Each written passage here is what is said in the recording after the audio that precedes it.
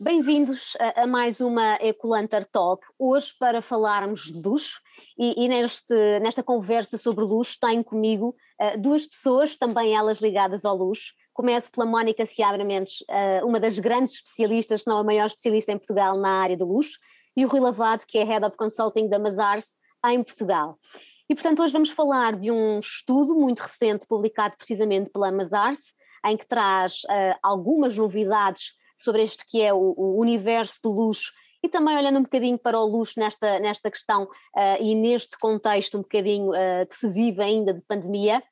Mas antes se calhar de começarmos a conversa entre os três, eu sugeria ouvirmos a opinião da Isabel Massa, que é partner da Mazars e que se junta a nós a partir de Paris, precisamente ela que esteve envolvida no estudo, e para nos falar daquelas que são as três principais conclusões que ela traz para a conversa e para discutirmos. Sugiro então que passamos a ouvir a Isabel Massa. The luxury market was already changing before. So this is the title of, the trends are in the title of our study. So it's conscious, collaborative and connected. What does it mean? It means that the luxury market for the last years, it's been like 10 years or more, starting ahead of all the other sectors to get very interested in being conscious, in being sustainable. Because when you buy a beautiful handbag, you know, a leather handbag, you'd better know that you're not killed a cow or a crocodile in an awful way, because it's only luxury. It's on the top of your, you know, on the top of it all, just to make yourself a little gift or a little pleasure, or to do somebody a little pleasure. So you don't want anyone to have suffered to offer you this pleasure. So this is why I guess the luxury market has always been ahead of all the other sectors considering sustainability. So they started like 10 years ago. The second trend, which is much more recent, because at the very beginning, the luxury market was quite reluctant about it, is digitization. And why so? I guess they have to follow their customers. You know, the customers are younger. We've got all new types of customers. So we went from the Gen X to the next generation, millennials, and now the Gen Z, what we call the Henrys, you know, the not rich yet generation, but still, you know, considering buying luxury goods. So as these people are much more connected than we were, I'm from Gen X, so the luxury market have really to follow that trend. And the last one is about collaboration, being more collaborative, being more like a partnership. You see all these people working together in order to follow those trends, by the way. So you have all these sustainability groups, you have all these communities working together. You also have creation in a collaborative way, that is to say, if I can remember, you know, you have always a sports guy or a star or a hip hop guy who's working together with a luxury brand in order to rename a production and to co-brand productions. So that is really important. Those three trends, sorry, this one was difficult. So three trends are really, really important. And within these trends, you have other sub-trends, and some of them are working together. It's a combination of those three. So this was working before. It was already on track. And now the COVID came in by the big door, by the way, very strong. And everybody was looking at it saying, okay, well, it's stop everything. It's a sanitary crisis. People are staying at home. It's a financial crisis. So what's going to happen next?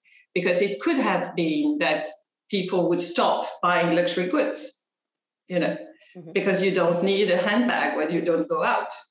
And you don't need a luxury, very expensive handbag when you have less money.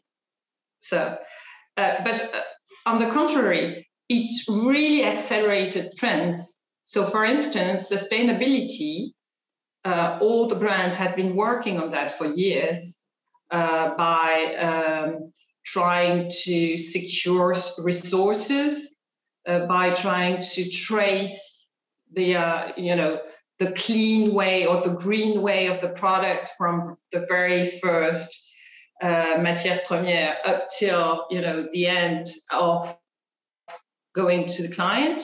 But at the same time, the luxury sector is developing circular economy. So when a good doesn't suit you anymore, it's not the end of it.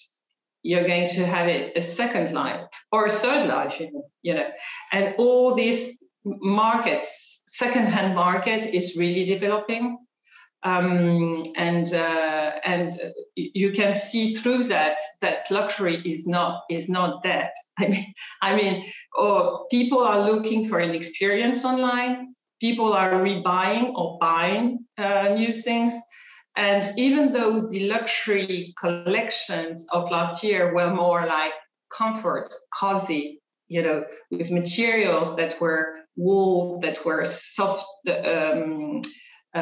silk, etc., and that was made for cocooning, you can see in the recent collection that we're back on tracks with high heels and everything, So I feel the acceleration accelerated the change of the business model, but not. We're very far off stopping the progress of the luxury market. Very, very far. It just helped them going to the next step. Olá de novo, e depois de termos então ouvido esta pequena partilha sobre aquilo que são algumas das conclusões, eu perguntava, se calhar à Mónica, às senhoras fica sempre bem, que primeiros comentários, Mónica, te sugere este estudo e estas 3 conclusões, que no fundo resume-se a um lado mais consciente, colaborativo e ligado, conectado, se quisermos, por parte do universo e das marcas de luxo. Olá, boa tarde a todos, antes de mais.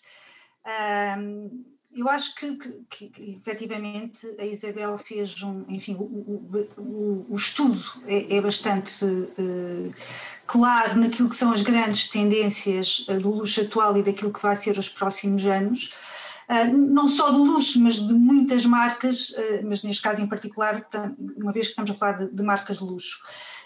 O estudo é bastante interessante, devo dizer, ela só teve basicamente 10 minutos a falar um bocadinho daquilo que é o essencial. Eu acrescentaria algumas coisas àquilo que ela disse. Portanto, um luxo mais consciente, um luxo mais colaborativo, um luxo mais conectado. Eu fazia aqui um preâmbulo e diria que o digital, o consumidor, tem andado mais rápido do que as marcas ultimamente e ainda mais rápido do que as marcas de luxo. Portanto, quando se fala num luxo mais consciente, mais colaborativo, mais digital, estamos a falar de um consumidor que assim o exige. Já lá vai o tempo em que o luxo tinha um papel, que eu costumo dizer, de falar unilateralmente, e era, às vezes quase num monólogo, era o detentor do bom gosto, o dom da palavra, e o luxo é que determinava tudo. Hoje em dia já não é assim, o cliente tem papel preponderante e, portanto, o luxo anda, de certa forma, a reboque daquilo que são as exigências do consumidor atual. E, portanto, tem que responder àquilo que os consumidores pretendem. Também devo dizer que não é propriamente novo, quando falamos de luxo consciente, o luxo na sua essência, e eu friso o luxo na sua essência, porque há marcas que não seguem a Bíblia do luxo, de certa forma, há marcas que se foram distanciando daquilo que é a essência do luxo, mas o que é facto é que na sua essência o luxo tem um papel social ativo, não é esta consciência que nós atribuímos agora ao luxo, já não é nova. É nova em dois layers que eu já lá vou, mas, por exemplo, tudo que tem a ver com a consciência ao nível social não é propriamente novo. Na sua essência, o luxo produz bens intemporais, quer em nível de qualidade de produto, quer em termos de design, e, portanto, não está a contribuir para uma economia descartável, bem pelo contrário. O luxo sempre foi protetor e perpetuador de saberes, portanto, em termos culturais, isso também é uma questão importante, cultural / social. E o luxo também tem sido sempre muito associado a tudo o que é a questões sociais, talvez mais do âmbito caritativo. Há quem defenda que é um bocadinho o dar à sociedade aquilo que o luxo de alguma forma tira, independentemente dessas questões mais filosóficas, o que é facto é que o luxo tem tido um papel social também ativo nesse aspecto. Agora, há aqui mais duas novidades. Uma é a questão da consciência ambiental, que para o luxo é relativamente nova. O luxo é uma indústria poluente como outra qualquer. Se falarmos do luxo ligado à moda, ainda mais. Nós sabemos que a moda é o segundo mercado, o segundo setor mais poluente do mundo, e, portanto, o luxo como poluidor que é, nem sempre esteve, nem está ainda, está muito longe de ser um exemplo naquilo que é a proteção do meio ambiente. E, portanto, desde logo pela utilização das peles, nomeadamente de animais em vias de extinção, por exemplo. E, portanto, nesse aspecto o luxo tem muito a fazer. E depois há um terceiro layer que eu acho muito interessante, isto só agora para falar do primeiro ponto da consciência, e já me calo, porque realmente isto estava para falar imensa coisa, isto são temas muito, muito interessantes e muito desafiantes, isto está tudo a acontecer agora, são tempos muito ricos mesmo. E estava a dizer que há aqui um terceiro layer, dentro ainda daquilo que é a consciência, que é o layer da cívico, que é a questão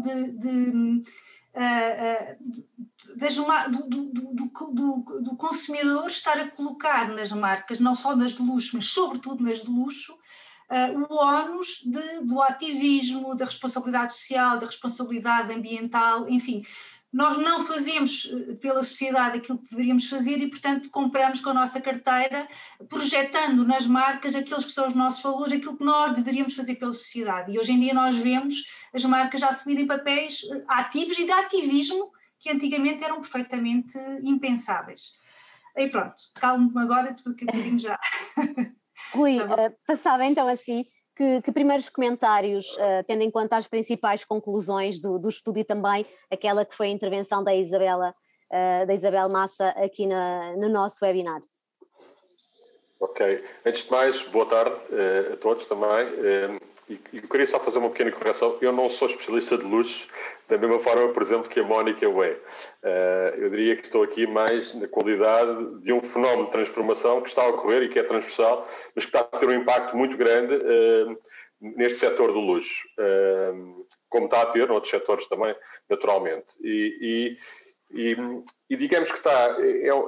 eu acho que o estudo acerta na MUS, no caso do luxo aponta às tendências, e as tendências são, eu acho que são mais ou menos generalizadas, e que são tendências que têm vindo a ser, como é que eu ia dizer, protagonizadas pelos consumidores, e de facto, depois já vamos falar um pouco, há aqui uma tipologia de consumidores que emergiu, entretanto, e que de facto tem um papel muito importante naquilo que está a ser a orientação por parte das marcas e dos grupos neste setor, mas também aponta, obviamente, para algumas respostas, tu também indica algumas respostas que têm sido dadas, algumas já medidas práticas que estão a ser lançadas por grupos de luxo, por marcas de luxo, em parceria muitas vezes com outro tipo de entidades, não deste setor específico, mas do setor da tecnologia, por exemplo, no que diz respeito à componente do digital. Mas, de facto, esta tendência, e acho que foram as 3 palavras que são utilizadas no estudo, de o que se perfila neste momento é uma maior consciência por parte do setor, uma maior colaboração por parte do setor. Isto porque esta ação que decorre desta consciência obriga a que as empresas não atuem sozinhas, mas têm de atuar em ecossistemas. E depois a parte da conectividade, obviamente, que está implícita nestas novas gerações e basicamente em tudo o que fazemos até agora. Eu diria que de facto, depois podemos falar um pouco mais de pormenor de cada um destes domínios, mas de facto, no que diz respeito a estes 3 pontos, eu acho que o estudo, mais uma vez, acerta na mousse. No que diz respeito depois até à própria descrição dos consumidores, à forma como está a conduzir as preocupações no âmbito da sustentabilidade, por exemplo, a montante da cadeia de valor, mas também da circularidade ajudante da cadeia de valor, isto é, mais no contacto, quando eu digo ajudante, a montante, estou a falar da relação entre as marcas e os fabricantes, os produtores de matérias-primas, etc. E depois a jusante com os consumidores tem muito a ver com a possibilidade, hoje em dia fala-se muito na renovação, na utilização em segunda mão de artigos de luxo, mais numas áreas de luxo do que noutras, mas começam a ter também uma importância muito grande e que estão associadas a estas novas gerações. Estas novas gerações de consumidores e estes novos segmentos de consumidores. Depois, do ponto de vista da conectividade, nós sabemos que grande parte disto pode ser atingido por via de plataformas tecnológicas, mas de facto um grupo hoje em dia, ou uma empresa, ou uma marca, não consegue atuar de forma completamente autónoma em todos estes domínios de transformação. Por isso, vai à procura de parceiros. Bom, acho que provavelmente alonguei um pouco, mas... Eu acho, no fundo também a Isabel falava nisso e fala-se muito hoje, mesmo neste período inter-Covid, que a pandemia no fundo veio acelerar um conjunto de tendências e ela faz referência precisamente a isso, que havia já mudanças e alterações que se vivia no universo do luxo e que apenas foram aceleradas. E eu acho que há algum interesse aqui quando ela fala que vamos assistir à mudança no modelo de negócio, mas que o luxo não vai abrandar. O que vamos ter é um next step. O que é para vocês, quem quer agarrar na ideia deste next step, o que é que poderá ser o luxo então que vem aí, vamos dar este next step e entrar aqui quase num futuro especulativo do que é que será esse luxo? Mónica, eu acho que vamos seguir esta ordem. Eu acho que o que eu acho interessante é que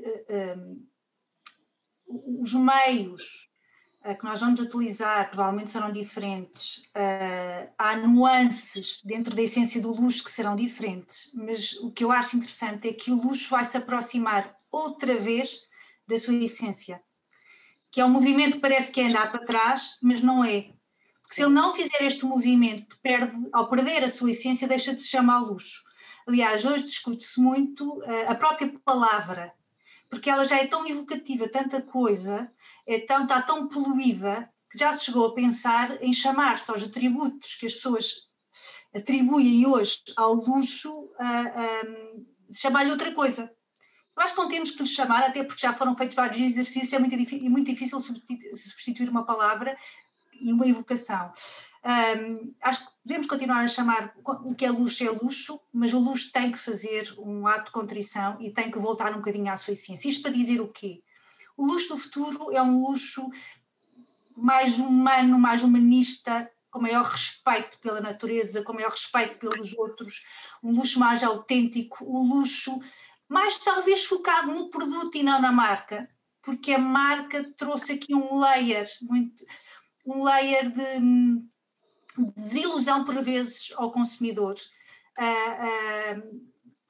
por ter tanta, por ter uma confluência de tantas emoções e de tantas percepções, acabou por desvirtuar um bocadinho aquilo que é a essência do luxo.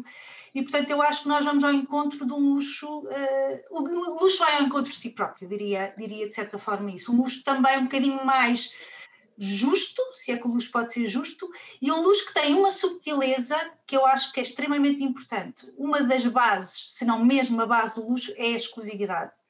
Só que é difícil ser exclusivo, porque a exclusividade, pelo próprio nome indica, exclui. E nós estamos num tempo de inclusão social, portanto parece que há aqui um paradoxo. e, portanto, o luxo vai continuar a ser exclusivo, mas a exclusividade vai ser diferente. O ónus da exclusividade vai estar no cliente ou no consumidor, que vai se tornar exclusivo através das escolhas que fizeres, através da sua cultura, do seu contexto, através daquilo que ele é, e não daquilo que ele possui, vai fazer escolhas, e é aí que ele vai encontrar a sua exclusividade. Portanto, são nuances, são coisas que vão mudar a este nível muito, muito subtil, mas que faz enorme diferença. Rui, quer acrescentar, na perspectiva da Mazars, o que é que será este next step nos negócios do luxo? Bom, antes de mais, eu já agora acho que deveríamos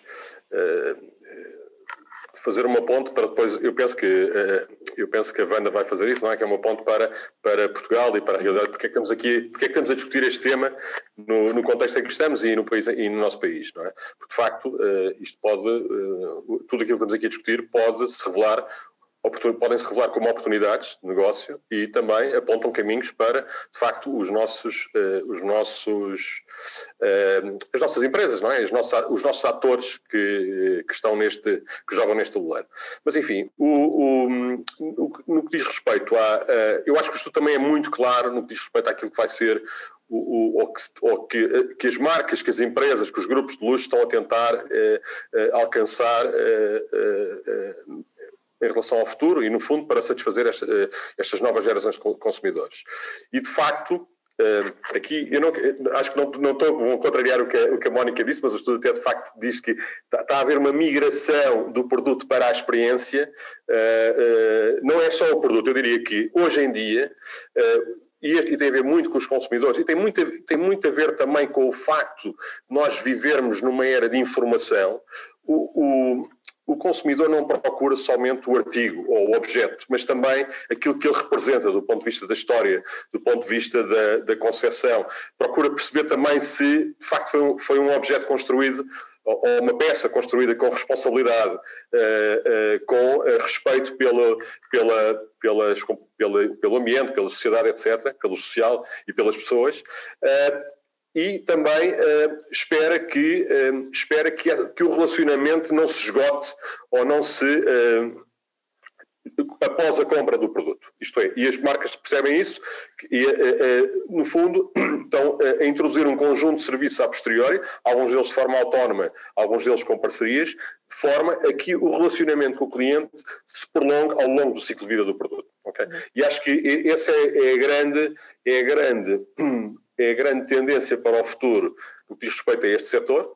Não é exclusivo deste setor, também, mais uma vez repito, é de facto, mas e acho que é benéfico para as empresas. É benéfico porque vão inclusive a conseguir criar e extrair mais valor neste tipo de relacionamento. Não estamos a falar só na compra de um produto, num produto que é produzido e na sua compra, mas estamos a falar em todo um ambiente de comunicação que é construído em torno e de narrativa que é construído em torno dos produtos e das peças de luxo, mas também depois num conjunto de serviços e num conjunto de acompanhamento que é feito depois do cliente adquirir o produto. E isso, de facto, inclusive vai permitir que as marcas, elas próprias, conheçam melhor os seus clientes. E quando conhecerem melhor os seus clientes, vão também, isto vai-lhes permitir, de facto, fazer ainda produtos mais talhados para os perfis de clientes que no fundo, que manifestam o interesse por estes produtos. Pegando um bocadinho no que o Rui diz, desta questão da passagem do produto à própria experiência, e também pegando naquilo que também disse há pouco, que tem muito a ver com não só as novas geografias, como a China, mas também os tais novos consumidores, que eu acho muito, muito engraçado, os Henrys, os high earners not rich yet, e portanto tem muito a ver com estas novas geografias e novos consumidores também, todo este next step que o luxo terá. Será também um pouco para responder precisamente a estas novas demandas de luxo? Sim. Mónica. Para mim a questão, peço desculpa. É quem quiser, Okay. Completamente aberto. Se a Mónica quer começar... Deixe-me só, porque esta questão da experiência é muito interessante e o Rui esteve a explicar e eu estou perfeitamente de acordo consigo, não estamos em lugares opostos. Eu também acho que não, eu queria só explicar ou acrescentar que um produto de luxo é, antes de mais, uma experiência. Portanto, não é de todo um produto funcional e, portanto, aquilo que nós vivenciamos é quase como uma relação emocional, epidérmica, que nós temos com o produto, como temos, por exemplo, com uma peça de arte. É algo que vai para além daquilo que é transacionável e para além daquilo que é físico e para além daquilo que é palpável. Portanto, a primeira questão que para mim é essencial eu digo isto porque fala-se muito, passa-se do produto para a experiência, passa-se do produto para a experiência. Não. O que nós estamos a fazer é enriquecer cada vez mais o produto com mais experiência, por duas razões. A primeira, e é uma razão infeliz, é porque cada vez mais os produtos são menos criativos e são mais iguais. E, portanto, o que nós fazemos é acrescentar-lhe serviço. E depois, porque também é uma forma de segmentação acrescida. Quando eu tenho muitos clientes de gerações diferentes, de geografias diferentes, com poderes de compra diferentes, às vezes já não é só com o produto que eu consigo diferenciar, é com o serviço também. Portanto, eu crio mais experiência para enriquecer o produto, que infelizmente às vezes tem vindo a perder algum do seu valor. Isto por um lado. Depois há outra questão, que é passar do produto para experiências que nada tem a ver com o produto, ou seja, para o âmbito das experiências, de viajar, de outro tipo de aspectos que são claramente experiências. E aí isso tem aumentado imenso. Esse tipo de tudo tem a ver com hospitality, viagens, etc., tem aumentado imenso, por duas razões. Uma delas tem a ver com o facto da própria sociedade, nomeadamente a norte-americana e a europeia, perceber que tem muito mais gozo a experienciar qualquer coisa do que a possuir. Mas nós só chegamos lá um bocadinho depois de termos já ter feito aqui um track record de consumo. Estamos um bocadinho fartos, mais do mesmo. Então achamos que vivenciar é muito mais interessante. E de facto, até do ponto de vista psicológico porque o objeto é algo que, como o próprio nome indica, é um objeto que é exterior a nós, e a experiência é o sujeito, aquilo que nós vivenciamos, e quer seja bom ou mau, fica connosco, faz parte da nossa história. Portanto, tem uma relação muito mais intrínseca connosco e muito mais satisfatória. Nós ficamos muito mais, como é que eu ia dizer, mais recompensa-nos, de certa forma. E com a crise financeira que nós vivemos em 2008, 2009, 2010, também percebemos que tendo menos coisas não éramos menos felizes e, portanto, esta história da experiência veio tomar uma nova dimensão. Além de que cada vez mais as famílias estão divididas, as pessoas vivem em várias partes do mundo e uma forma de reunir a família é através de uma experiência, ou vamos viajar todos juntos, ou vamos estar, enfim, vamos ter um evento todos juntos. E uma terceira questão, que não é de menos importância, tem a ver com o facto de as experiências hoje serem instagramáveis.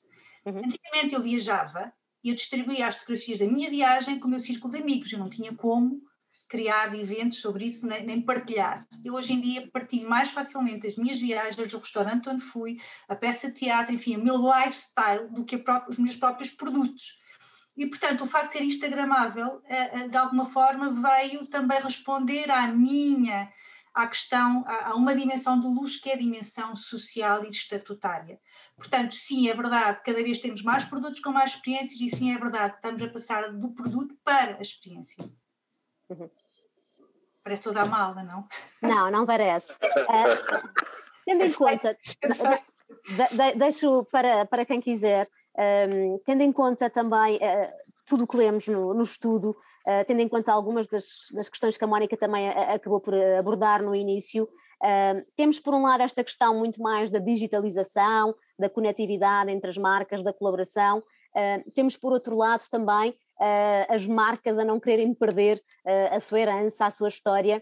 O que eu queria que me tentassem explicar, e a quem está a assistir, no fundo, como é que skills, ou como é que uma marca hoje de luxo pode efetivamente dar este next step sem perder aquilo que é a sua essência, aquilo que é a sua marca, aquela que é a sua história, entrando neste mundo mais instagramável, neste mundo mais digital, numa compra muito mais digital, não deixando de perder aquilo que a faz ser o que é marcas centenárias, por exemplo, falamos numa Chanel, falamos numa Hermès, no que quisermos. Conseguem-nos dar um bocadinho essa ideia de como é que uma marca consegue dar esse next step sem se perder, ou que skills novos é que precisa de ter para não se perder neste mundo? Posso agora pegar nesta questão. A marca, e acho que, mais uma vez, vou remeter para o estudo, porque acho que o estudo também aborda esta questão, não é? Mas a marca hoje em dia, o relacionamento com não só o relacionamento, a parte relacional dos consumidores com as marcas, os grupos de luxo, é muito mais, como é que eu ia dizer, muito mais abrangente do que era anteriormente, e é mais exigente também, é mais exigente do ponto de vista do conhecimento do que é que está por trás e do que é que está na essência do produto que eu posso estar a comprar, ou que eu entendo, ou que eu tenho a intenção de comprar, e também, por exemplo, coisas como garantir a autenticidade, coisas como tudo isso são aspectos muito práticos, muito tangíveis, que ficam associados à marca. De modo que eu acho que a marca até assume um valor acrescido, no sentido em que não é uma marca que só constrói os produtos. A marca representa como é que os produtos são construídos, porque é que são construídos, ou porque é que são desenvolvidos, e antes de serem concebidos e antes de serem vendidos. E depois presta um conjunto de serviços que também dão garantias como consumidor de que de facto eu tenho uma coisa autêntica que eu posso, se eu quiser, que o valor, digamos que o valor que ela detém vai perdurar no tempo, de modo a que eu possa, se quiser, também revender ou passar para reutilização, de modo que a marca começa a simbolizar não só começa a simbolizar um conjunto de aspectos práticos que neste momento são exigidos pelos consumidores. E, de facto, eu acho que ganha preponderância. A forma como as marcas têm de atuar para não dar, como é que eu ia dizer, e é o que está a acontecer, de facto, para garantir que estão em todo a cadeia de valor e no ciclo de vida, é de facto fazer parcerias com players que, para não serem ultrapassados por estes players. Estou a falar, por exemplo, na parceria entre a Chanel e a Farfetch, por exemplo, que já falámos, há uma, por exemplo, no domínio da autenticidade e da certificação dos produtos, por exemplo, há uma iniciativa também na área dos diamantes com a De Beers, que vai desde a fonte, digamos, a empresa, as empresas de mineração, até, digamos, ao retalhista, no sentido de garantir que há traceability neste caso, naquela pedra preciosa, e que, de facto, ela é oriunda, e que não foi colocado em causa nenhum aspecto relacionado com a responsabilidade social ou do ponto de vista de como é que se diz, de precariedade em termos laborais, etc. Por isso, todos estes aspectos, eu acho que a marca hoje em dia representa tudo isto, não é só de facto aquele produto, e não é de facto a capacidade de manufatura ou capacidade de apresentar um produto de grande qualidade, com herança, que tenha uma questão, que tenha, digamos, tem sempre um toque artesanal associado, mas é também tudo isto. E de facto, e nós já vimos, inclusive, houve marcas que tentaram ludibriar os seus clientes e com isso elas, de facto, isso prejudicou-as imenso. Aliás, algumas histórias nós sabemos, por exemplo, no setor do luxo hard, no caso da relojoaria, há marcas que ficaram mesmo penalizadas por terem enganado, não terem sido transparentes com os clientes. Bom, toda esta ânsia de informação, que é algo que estas novas gerações estão habituadas, hoje em dia nós somos bombardeados com muito mais informação e temos acesso a muito mais informação e por isso estamos habituados a ela, já não compramos, já nem queremos consumir algo tanto de olhos fechados ou sem ter alguma noção prévia do que é que estamos a fazer. De facto, tudo isto, a marca vai representar tudo isto e vai ser, digamos, um garante de confiança perante o consumidor, na minha opinião. Eu acho que isto, mais uma vez, não está associado somente a este setor, mas também a outros setores. Mónica, queres acrescentar ou posso passar à questão seguinte?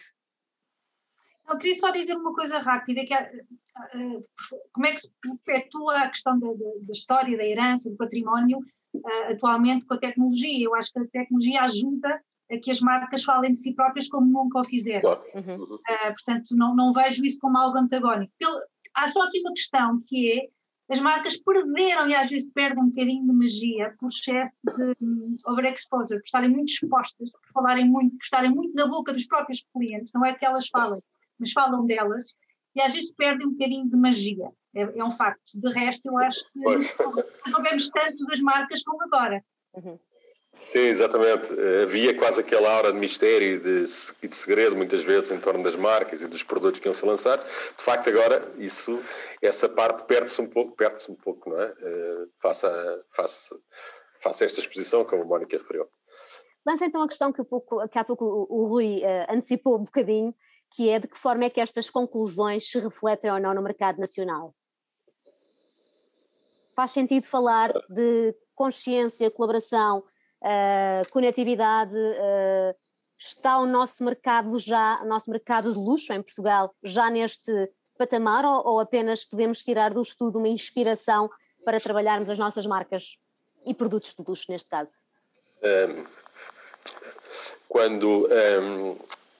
Eu diria que o luxo em Portugal, assim, Portugal está na cadeia de valor do luxo, não é? Há empresas em Portugal que estão na cadeia de valor e, de facto, há muito conhecimento que é detido por estas empresas, nomeadamente na manufatura do produto. Eu recordo, até estou a dizer algo que a Mónica já transmitiu numa conversa prévia que tivemos, mas de facto é isso. O que é que este futuro,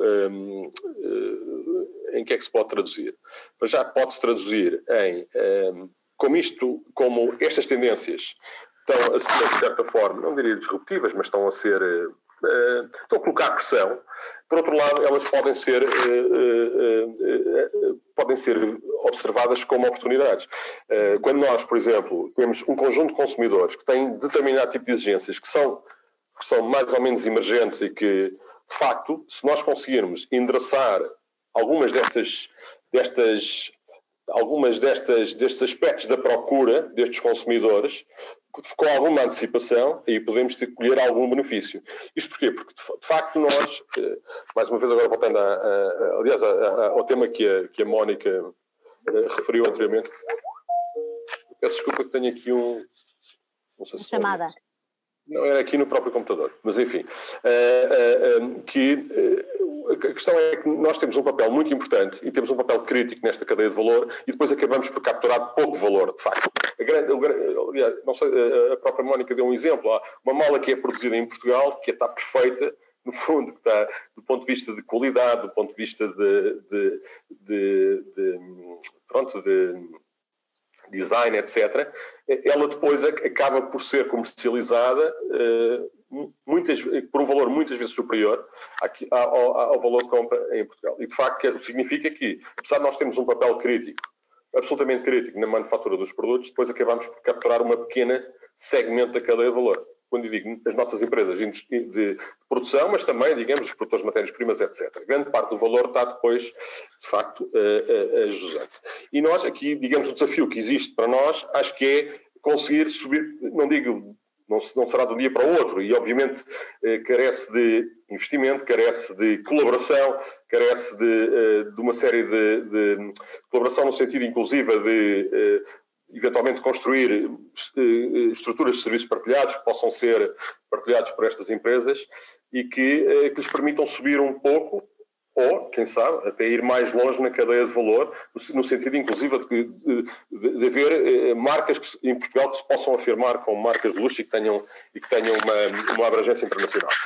De facto, estas novas possibilidades, estas novas preocupações ao nível da sustentabilidade, ao nível da circularidade, esta questão da consciência, como falámos há pouco, tudo aquilo que está a passar em termos de conectividade tem a ver muito com tecnologia que está a montante da cadeia de valor, de ligação à cadeia logística, mas também à parte da comercialização de produtos. Tudo tem a ver com a parte colaborativa, que é eu próprio criar ecossistemas que me permitam preencher determinados aspectos desta cadeia de valor cada vez mais complexa. são tudo tendências que permitem que as empresas se possam eventualmente antecipar em algumas delas e com isso ganhar alguma vantagem competitiva. Acho que, bom, isto tudo, obviamente, de qualquer forma, todas as matérias que estamos aqui a falar não são propriamente de hoje e de ontem, elas começaram já há cerca de 10 anos. Mas, de facto, isto é um movimento que ainda está em curso e que abre aqui algumas possibilidades. É preciso, de facto, endereçar estas temáticas de forma estruturada, de forma colaborativa e de forma... com investimento bem direcionado, bem aplicado, vamos chamar assim.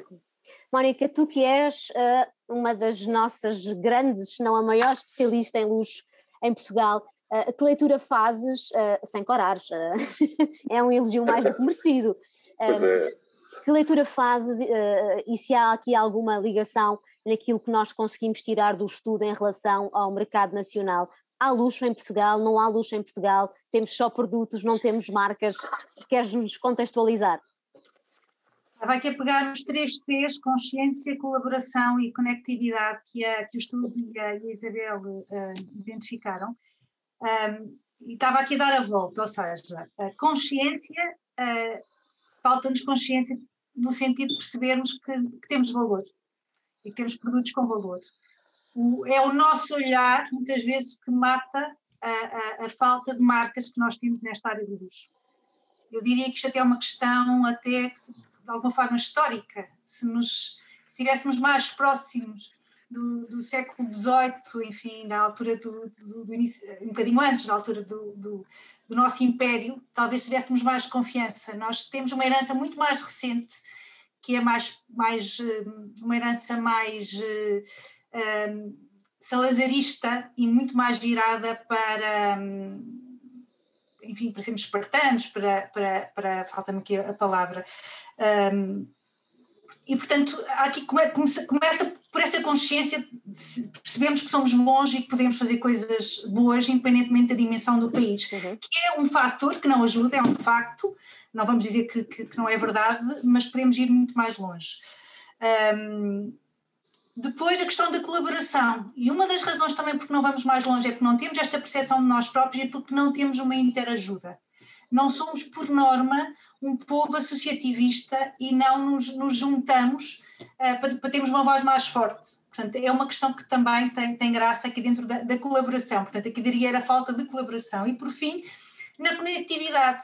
Nós sempre nos conectamos com o mundo, demos novos mundos ao mundo e agora temos que nos conectar outra vez e temos que nos conectar através daquilo que nós somos e, sobretudo, dando a conhecer o que nós somos. Nós não nos conectamos porque nós não damos a conhecer aquilo que nós fazemos e aquilo que nós somos. Portanto, esta seria uma questão mais filosófica. Agora, de um ponto de vista mais concreto, é um facto que nós temos mais manufatura do que marca, aliás, conta-se pelos dedos as marcas de luxo que nós temos, e falo de marcas com uma consequência mais internacional e mais global, que tenham reconhecimento dos seus pares. Há quem diga que não faz sentido, somos bons na manufatura, pois então continuemos. Eu não tenho nada contra sermos bons na manufatura, eu acho é que se ela está aqui ao nosso lado e somos bons e aprendemos com os melhores, porque é para eles que nós manufaturamos os produtos, então, por maioria da razão, também poderemos construir os nossos próprios produtos, as nossas próprias marcas. Eu diria que até temos algum dever de o fazer e temos perfeitamente a mesma legitimidade que têm os países, sobretudo da Europa do Sul, Espanha, França e Itália, que produzem exatamente o mesmo tipo de produtos que nós produzimos e que com eles transmitem a sua essência, porque são produtos, são setores ligados ao lifestyle, ligados à cultura e à herança de um país. E é assim que eles se expressam. Portanto, nós podemos, através dos nossos têxteis, da nossa porcelana, da nossa cutelaria, dos nossos vinhos, da nossa gastronomia, da nossa joalharia, da nossa orivesaria, nós podemos efetivamente posicionar-nos e vender aquilo que nós somos, que é aquilo que nos diferencia, que é a nossa cultura. Depois há aqui também um momento único na história, eu acho, nesta evolução do luxo ou reavivar do luxo ou reposicionar do luxo, os atributos que o consumidor atribui ao luxo estão muito em linha com as qualidades da nossa produção e da nossa forma de ser enquanto país. Aquilo que podíamos reportar o nosso lifestyle, a nossa identidade, e que tem a ver com a tradição, com a modernidade, com o humanismo, com a autenticidade, com a forma simpática como somos como povo. Somos um povo inclusivo, portanto estamos perfeitamente na ordem do dia uma série de valores que são os valores do futuro e que são os valores que os clientes e os consumidores procuram. Portanto, eu acho que se nós não aproveitarmos este momento único para implementar as nossas marcas de excelência, teremos perdido um momento muito importante. Só para terminar, porque nós já estamos bem para além daquele tempo que era previsto, nós ficávamos aqui horas a conversar sobre o tema e o estudo assim também nos inspira para tal. Rui, quer-nos dar uma ideia de como é que, a partir talvez deste estudo, a Embasar também pode ajudar o mercado nacional a tornar-se um mercado com marcas de luxo? Sim, de facto, eu acho que nós em Portugal, em conjunto com a nossa equipa internacional, particularmente a equipa que está mais próxima deste setor, nomeadamente em França, onde estão sediados grandes grupos de luxo mundiais, não é? Podemos de facto, mas não só no âmbito do luxo, mas também no âmbito do conhecimento que temos destas tendências, nomeadamente das tendências no âmbito da tecnologia, por exemplo, falámos na autenticidade existem iniciativas de autenticidade sobre blockchain, existem, por exemplo, o tema do comércio eletrónico, o tema da realidade aumentada, que já está a ser utilizado por muitas empresas para, no fundo, emular experiências para os consumidores, antes numa fase pré-aquisição, como também, como já referi há pouco, a questão da rastreabilidade e do ponto de vista da sustentabilidade e da responsabilidade social. Tudo isto está a ser construído por via do digital, por via de tecnologias que estão disponíveis para que se possa pôr em prática. Nomeadamente disponíveis numa lógica, aqui a questão não é replicar essa tecnologia, elas já estão desenvolvidas, é encontrar os parceiros certos para trabalhar dentro do universo de potenciais parceiros, é descobrir os parceiros certos. De modo que todo este tipo de conhecimento que é necessário para que uma empresa se possa afirmar em Portugal e que possa, de facto, expandir-se no que diz respeito a capturar valor neste setor, eu acho que nestas múltiplas vertentes a Mazar pode ajudar.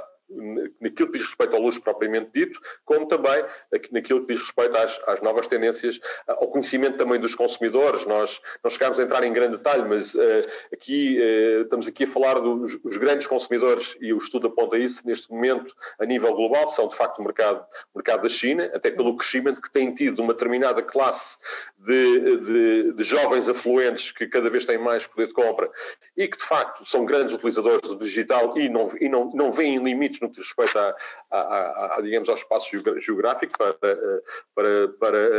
no fundo, para obterem essas experiências e para obterem os produtos. São também os jovens que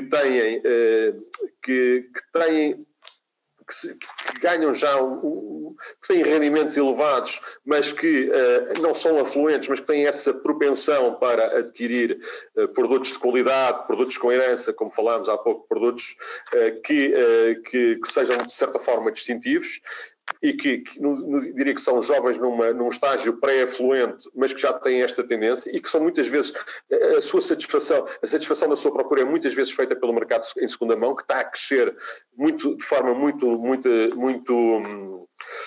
acelerada neste momento. Durante a pandemia, por exemplo, cresceu, e neste tipo de gerações tem crescido 3 vezes mais do que na geração anterior, o mercado de segunda mão, no que diz respeito a artigos e produtos de luxo. Depois, existem também, de facto, as outras são gerações millennial e a geração Z, de facto têm uma preocupação e que têm mérito por ter muito maior, uma preocupação bastante maior, bastante mais acentuada sobre as questões de sustentabilidade, as questões do ambiente e as questões da responsabilidade social. Portanto, o conhecimento da componente dos clientes, o conhecimento da componente logística, o conhecimento do setor, o conhecimento das tecnologias e do digital que a Mazars detém, obviamente pode colocar à disposição dos seus clientes, naturalmente. Mónica, só para terminar, tu já deixaste também aqui algumas ideias, mas quase como que uma inspiração final, um conselho final para quem trabalha na área do luxo. O que é que podemos fazer mais, efetivamente, para podermos nos posicionarmos como um mercado também com marcas de luxo? Educar as pessoas, os profissionais, educar no sentido de formação, porque é um mercado muito específico e, portanto, exige profissionais capazes de o entender. E depois existe também vontade, porque há muitos profissionais executivos que querem trazer essa visão e segmento para as suas empresas e não conseguem, porque a empresa não entende não entende a necessidade dessa segmentação e esse nível de excelência que enfim, exige realmente outro tipo, não só de investimento, mas também de visão. Portanto, eu diria que esse é um passo. Eu acho que a formação é por aí sempre que se começa. Tocar para o luxo, portanto. Sim. Deixa-me só dizer uma coisa muito rápida, porque eu acho claro que sim. Acho que, como estamos a falar de tantos temas importantes, e um deles é a economia circular, só para dizer que ontem foi assinado um protocolo interessantíssimo entre o Grupo Kering e outros parceiros, não foi só o Grupo Kering, com o VSR Coletivo, que embora já não seja novo, ou seja, algumas marcas já fizeram esses movimentos com outras plataformas de produtos em segunda mão, mas este para mim é o mais marcante de todos, pela forma como foi feita e pela mensagem que o próprio presidente do grupo fez passar, e eu devo-vos dizer que para mim é um enorme avanço. E eu não esperei que o luxo o fizesse, sinceramente tinha alguma renitência que o luxo percebesse a importância desse setor e que inclusive desse passos para o fazer avançar. Acho que é um momento histórico para o luxo.